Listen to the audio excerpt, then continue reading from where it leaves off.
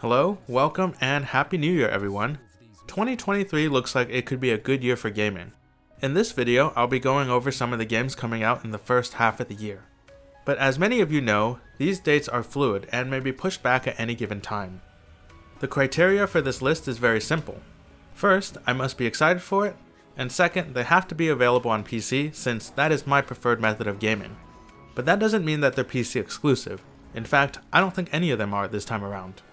Games not available on PC will receive an honorable mention in a separate section, and hopefully some of them will be ported onto PCs in the future. This first list is reserved for games I'm likely buying on day one, which will give you some insight on which games I'll be reviewing, and they'll be shown here in chronological order based on release date. So with that out of the way, let's get started. Here are my top picks for the first half of 2023.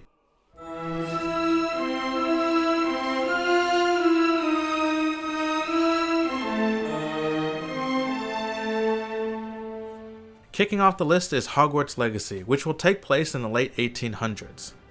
The main draw of this game is that I'll be able to explore the school grounds and its surrounding areas. Flying on a broom looks fun, and the combat also looks kind of cool. I have no idea what the story is about, but that's part of the appeal. I like the sense of adventure that this game brings, so I'm very much looking forward to it. Hashtag Team Ravenclaw, even though we kinda get shafted. And I'm also low-key jelly of the Hufflepuff common room. Hogwarts Legacy is set to release February 10th. Those who purchase the deluxe edition can expect to enter school grounds 3 days sooner.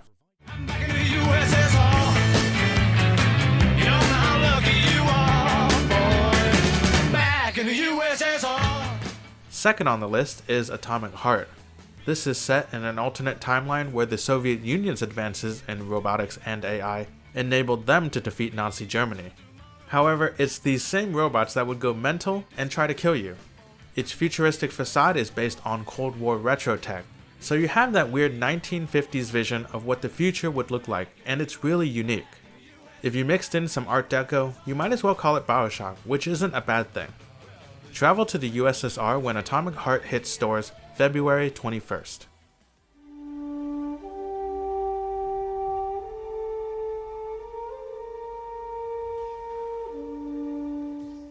Third on the list is Star Wars Jedi Survivor.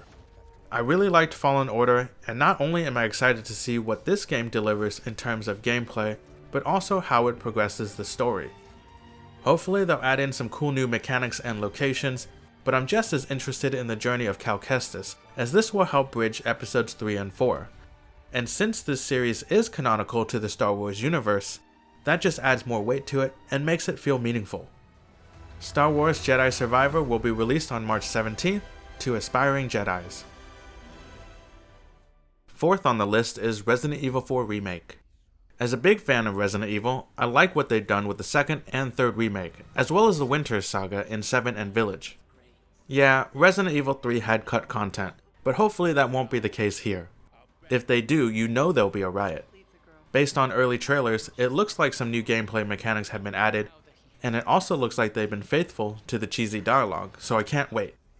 Resident Evil 4 will make its debut March 24th.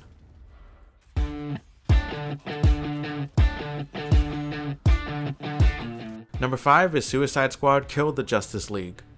This one will take place in Metropolis, which can be a nice change of scenery from Gotham City.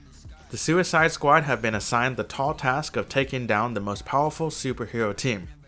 This game can either be played solo or in multiplayer co-op with up to 3 friends, controlling Harley Quinn, Deadshot, Captain Boomerang, and King Shark. As long as the combat is handled well and the enemies aren't damage-absorbing punching bags, I think this game can be loads of fun, especially if banter between crew members is well written. Suicide Squad Kill the Justice League is releasing closer to the middle of the year on May 26th.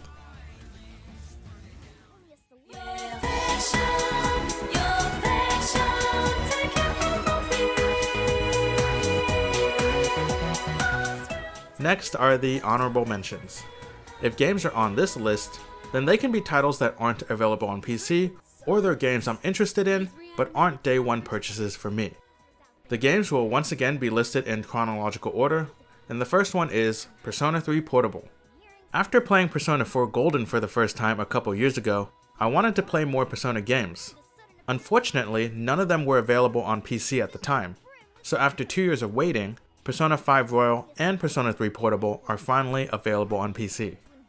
I deliberately held off on playing Persona 5 so I could play this first. I'll be playing Persona 3 when I can set aside a good chunk of time, as they can be quite long and time consuming. Persona 3 Portable hits multiple platforms January 19th. Next is Forspoken. Forspoken is a game I'm more intrigued about, but not outright excited for. I'll be keeping my eye out for this one since the combat and traversal seem pretty interesting. This may be a game I purchase later down the road. Forspoken will make its debut on January 24th. Third is The Last of Us Part 1, which is finally coming to PC. But I just can't bring myself to buy this game at full price, given how it's so similar to its original 2013 release. I am looking forward to it because I hear it has a good story, but I won't grab this until it has been discounted. The Last of Us Part 1 will hit PCs on March 3rd, 2023. Fourth is Dead Island 2, which was announced back in 2014. Set in a post-apocalyptic Los Angeles, fight zombies with jerry-rigged and homemade weapons.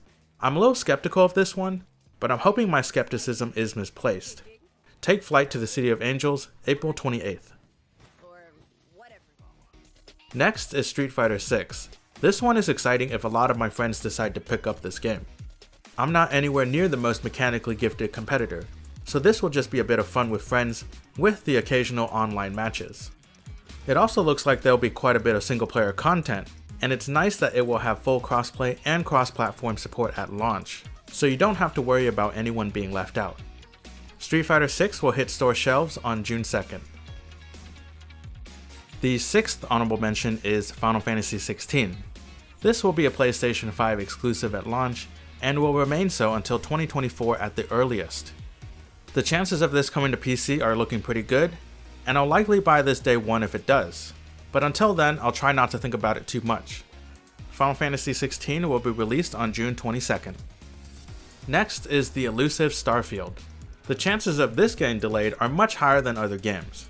I'm also more interested in how its launch will play out rather than having actual interest in the game itself. So, like an evil villain rubbing his hands together, I'm just here for the drama. And if it turns out to be good, then maybe I'll play it. It's a win-win really. Starfield is tentatively set to be released in the first half of 2023. And lastly for my honorable mentions is Returnal. Returnal was effectively a PlayStation 5 launch title, given how few people could actually buy a PS5 during the first year of its life cycle. But this came as a surprise to me when it was announced it would be coming to PC.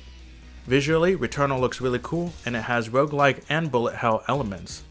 I'm fairly interested in this title and will likely grab it when it's on sale. Returnal will make its PC debut in early 2023. April 30th is my guess, since that will mark its 1-year anniversary as a PS5 exclusive. This is all personal taste, and I know a lot of you are excited for these titles, which is great. And I'm not here to tell you not to play these, but these are the games I will most likely skip this year. The first one is the Dead Space remake. I loved the first half of the original Dead Space. It was fun and it was scary. But the over-reliance on jump scares eventually became a point of frustration and annoyance, rather than enjoyment. If Dead Space Remake manages its jump scares in a way that subverts my expectations, then I'll happily play it through. But until then, I'm not looking forward to it. But for those who are, Dead Space will be available January 27th. Next is Legend of Zelda Tears of the Kingdom. As one of Nintendo's premier franchises, this effectively has a 0% chance of being ported onto consoles not named Nintendo. Since I haven't played Breath of the Wild, I'm more curious how Tears of the Kingdom is received by its fans and reviewers. I'm sure it'll be a top seller when it releases on May 12th. Last for my notable misses is Diablo 4. The Diablo franchise was never one I really got into.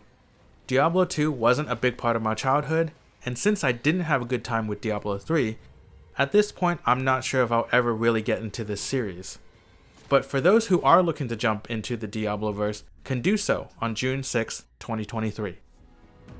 Finally, these are some of the games I'm looking forward to that are tentatively slated for 2023, but don't yet have a release date or release window. I won't be talking about these now, but you can expect some of these to be mentioned later in a follow-up video. So there are a decent number of titles coming out this year, but only a select few make my top list. I'll have another video like this midway through 2023 for games releasing during the second half of the year. Hopefully by then, more release dates will be officially announced. And since you were so kind to watch this video, I want to ask you, what are your top games for 2023? Let me know down below. Hopefully 2023 is a better year for gaming. Thank you so much for watching, and I hope to see you again soon.